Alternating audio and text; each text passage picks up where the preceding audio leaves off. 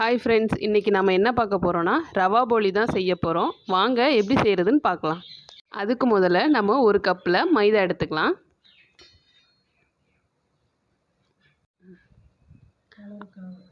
அரை ஸ்பூன் மஞ்சள் தூள் சேர்த்துக்கோங்க, கலருக்காக. இது ஒரு பிஞ்ச் உப்பு சேர்த்துக்கோங்க. ஒரு ஸ்பூன் அளவுக்கு எண்ணெய் இல்லைன்னா நெய் சேர்த்துக்கலாம். நாங்கள் நெய் சேர்த்துருக்கேன்.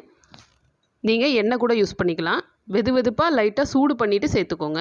கை பொறுக்கிற சூடு பிணையிற அளவுக்கு கொஞ்சம் வெதுன்னு இருந்தால் போதும், ரொம்ப சூடு பண்ணணும்னு இல்லை. நம்ம மாவை நல்லா மிக்ஸ் பண்ணிட்டோம். இப்போ தேவைக்கேற்ற மாதிரி தண்ணி ஊற்றி கொஞ்சம் கொஞ்சமாக பிணைஞ்சிக்கலாம். மாவு சப்பாத்திக்கு பிணையும்ல, அந்த இதை விட கொஞ்சம் லூஸாக இருக்கணும், இலக்கமாக இருக்கணும்.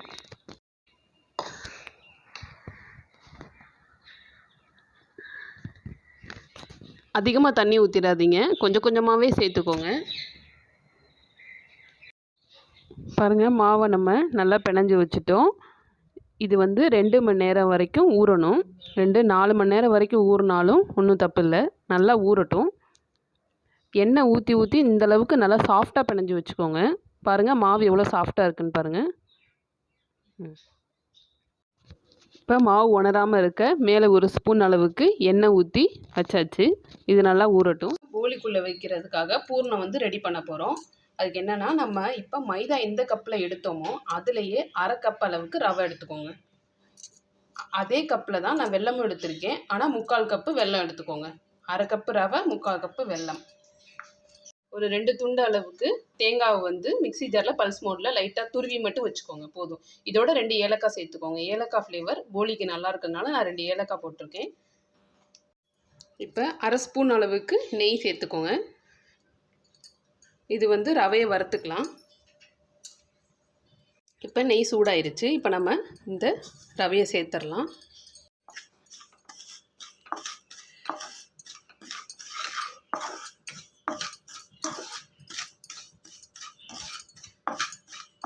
சைட் பை சைடாக நம்ம வெள்ளைப்பாகும் ரெடி பண்ணிக்கலாம். இப்போ இன்னொரு அடுப்பில் வெள்ளைப்பாகையும் வச்சாச்சு. வெள்ளைப்பாகுக்கு தண்ணி நம்ம மைதா எடுத்தோம்ல, அதே கப்லேயே 1/2 கப்பு, இதிலே 1/2 கப் அளவு தண்ணி சேர்த்துருக்கேன்.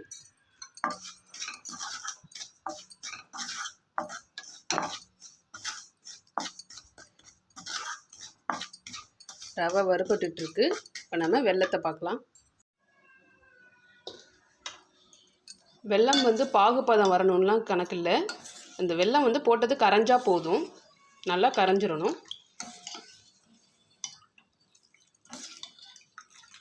நல்லா கரைஞ்சிருச்சு. இப்போ நம்ம இதை வடிகட்டி அந்த ரவையோடு சேர்க்க போகிறோம்.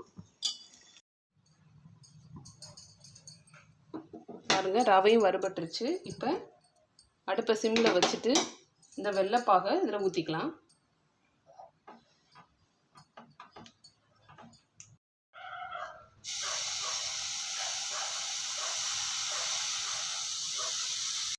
வடிகட்டியே சேர்த்துக்கோங்க. ஏன்னா அதில் தூசி இந்த மாதிரி எதுவும் இருந்ததுனாலும் அது ஃபில்டர் ஆயிரும். இந்த ரவையும் வெல்லமும் நல்லா கெட்டியாகிற வரைக்கும் நல்லா கிண்டிக்கிட்டே இருக்கணும். கட்டிப்படக்கூடாது. கட்டி எதுவும் இருந்ததுன்னா அப்படியே கிளறி விட்டு இது பண்ணிகிட்டே இருங்க.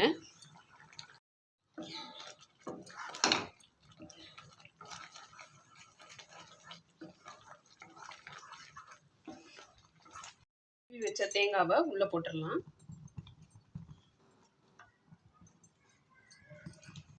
ஆப்ஷனல் தான், நீங்கள் வேணும்னா சேர்த்துக்கலாம், இல்லைன்னா ஸ்கிப் பண்ணிக்கோங்க.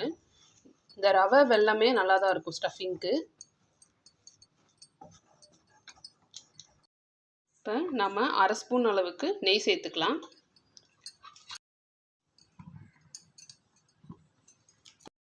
இது இந்த கன்சிஸ்டன்சியில் இருக்கணும். அப்போ தான் நம்ம உருட்டி போலிக்குள்ளே ஸ்டஃப் பண்ணுறதுக்கு கரெக்டாக இருக்கும். இது நேரம் ஆக ஆக இருக்கும், இருந்தாலும் நம்ம உடனே பண்ணிடலாம். இப்போ நம்ம அடுப்பை ஆஃப் பண்ணிடலாம்.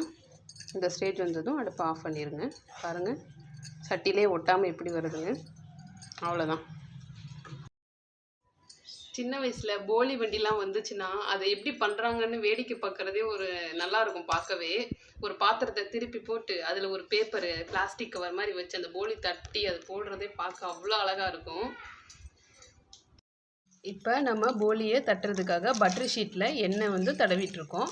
இது வந்து நீங்கள் நெய் கூட தடவிக்கலாம் உங்களுக்கு வேணுன்றத. நீங்கள் கவர் யூஸ் பண்ணிக்கலாம், இல்லைன்னா வாழை இலையில் கூட இந்த மாதிரி தட்டிக்கலாம்.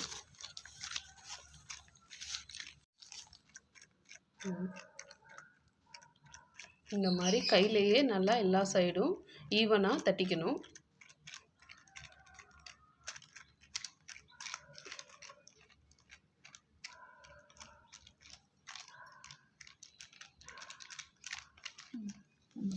இப்போ நம்ம ஸ்டஃபிங்கை உள்ளே வச்சுட்டோம். உருண்டையாக வச்சுட்டு மாவை எல்லா சைடும் கவர் பண்ணுற மாதிரி அந்த உருண்டையை கவர் பண்ணி வச்சுக்கோங்க. இதே மாதிரியே நீங்களும் பண்ணுங்கள். எல்லா சைடும் க்ளோஸ் பண்ணி விட்ருங்க. இப்போ ஸ்டஃபிங் வந்து எல்லா சைடும் வர மாதிரி நல்லா தட்டிக்கணும்.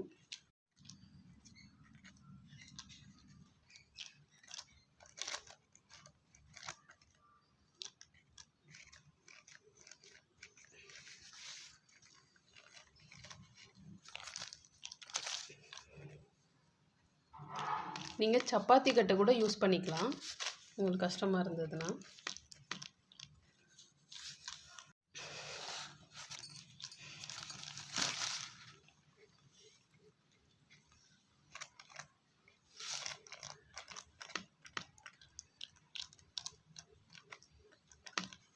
பார்த்தீங்களா, இந்த ஸ்டஃபிங் வந்து எல்லா இடத்துலையும் நல்லா ஸ்ப்ரெட் ஆயிருச்சு.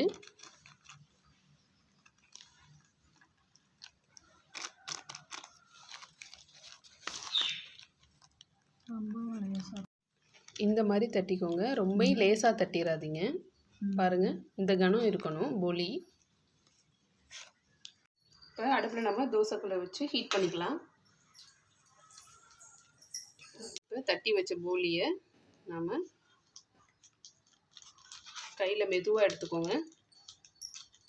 இந்த மாதிரி கையில் எடுத்து போட்டாலும் சரி, நீங்கள் வந்து கையில் எடுக்கிறது உங்களுக்கு இதாக இருந்ததுன்னா இப்படி இந்த ஷீட்டோடையே இப்படி போட்டுட்டு அப்படியே எடுத்துருங்க. ஈஸியாக வந்துடும், ஒட்டாது. ஏன்னா நம்ம ஆயில் தேய்ச்சதுனால ஒட்டுறதுக்கு வாய்ப்பு இல்லை. சுற்றி எண்ணெய் ஊற்றிக்கோங்க.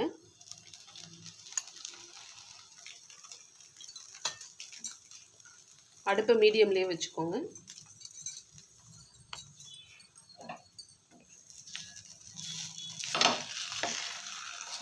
இப்போ ஒன் சைடு வெந்துருச்சு. இப்போ நம்ம அடுத்த பக்கம் திருப்பி போடலாம். பாருங்கள்,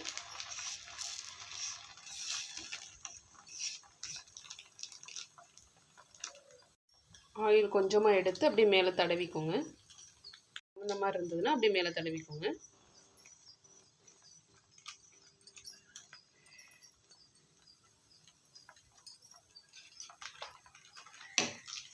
நீங்கள் இதுக்கு வந்து நெய் கூட யூஸ் பண்ணலாம், இல்லைன்னா நீங்கள் எண்ணெயே யூஸ் பண்ணிக்கலாம். நெய் ரொம்ப யூஸ் பண்ணால் ஒரு மாதிரி திகட்டுற மாதிரி இருந்ததுன்னா நீங்கள் எண்ணெயே யூஸ் பண்ணிக்கலாம்.